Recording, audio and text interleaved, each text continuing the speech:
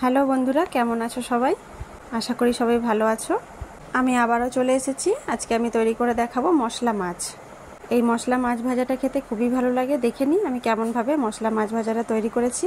আমি যেভাবে বানাই আমি সেরকমভাবেই দেখিয়েছি। আশা করি সবার ভালো লাগবে। আমি 5 পিস মাছ নিয়ে নিয়েছি।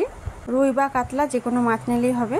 হাফ চামচ নুন আর হাফ চামচ হলুদ আর সামান্য জিরা গুঁড়া ধনে গুঁড়া দিয়ে আমি মাখিয়ে নিচ্ছি মাছটা। আর সাথে দিলাম একটু কাশ্মীরি লাল লঙ্কার গুঁড়ো। মাছটা ধোয়ার পরে একটু ভালো করে শুকিয়ে নিতে হবে, জলটা ঝরিয়ে, তাহলে মাখাটা ভালো হবে। মাখিয়ে আমি সাইডে রেখে দিলাম। তারপর নিচ্ছি বেসন, হলুদ গুঁড়ো, চিনি, নুন, কালো জিরা একটু মিশিয়ে নিয়ে আমি অল্প অল্প জল দিয়ে একটা ব্যাটার তৈরি করব। আমি এক বাটির থেকে একটু কম বেসন নিয়েছি। মাছের আন্দাজে বেসনটা নিয়ে নিতে হবে। আবারও কাশ্মীরি লঙ্কার গুঁড়ো দিয়ে আমি একটু ব্যাটারটা রেডি করে সাইডে রেখে দিলাম। তারপরে মাখানো মাছগুলো আমি এবার তেলে ভেজে নিচ্ছি। সর্ষের তেলেও ভাজা যাবে, আজকে আমি সাদা তেল ব্যবহার করেছি। সবকটা মাছ আমি একবারে দিয়ে ভেজে নিচ্ছি। খুব বেশি কড়া করে ভাজবো না মাছগুলো, এপাশ ওপাশ উল্টিয়ে মোটামুটি একটু ভেজে নেব।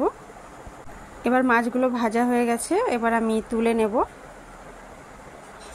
আমি যে বড় বাটিটায় ব্যাটার তৈরি করেছিলাম সেই বাটিটাতে মাছগুলো ডুবতো না, তার জন্য আমি একটা ছোট বাটির মধ্যে নিয়ে নিলাম। দিচ্ছি সামান্য খাবার সোডা। 1-2 মিনিট একটু মিশিয়ে নেব। এবার মাছটা ব্যাটারের মধ্যে চুবিয়ে আমি তেলের মধ্যে আবার দিয়ে দিলাম। ব্যাটারটা বেশি পাতলা করা যাবে না, মোটা করে রাখতে হবে, তাহলে মাছগুলো ভালো করে একটু মুচমুচে হবে আর কি।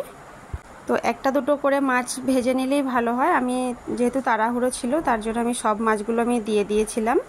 তো একটা দুটো করে ভেজে নিলে কিন্তু সুবিধা হবে, উল্টাতে সুবিধা হবে আর ভাজাগুলো ভালো হবে। এর মধ্যে আমার মাছ ভাজাগুলো হয়ে গেছে, খুব সুন্দর হয়েছিল খেতে।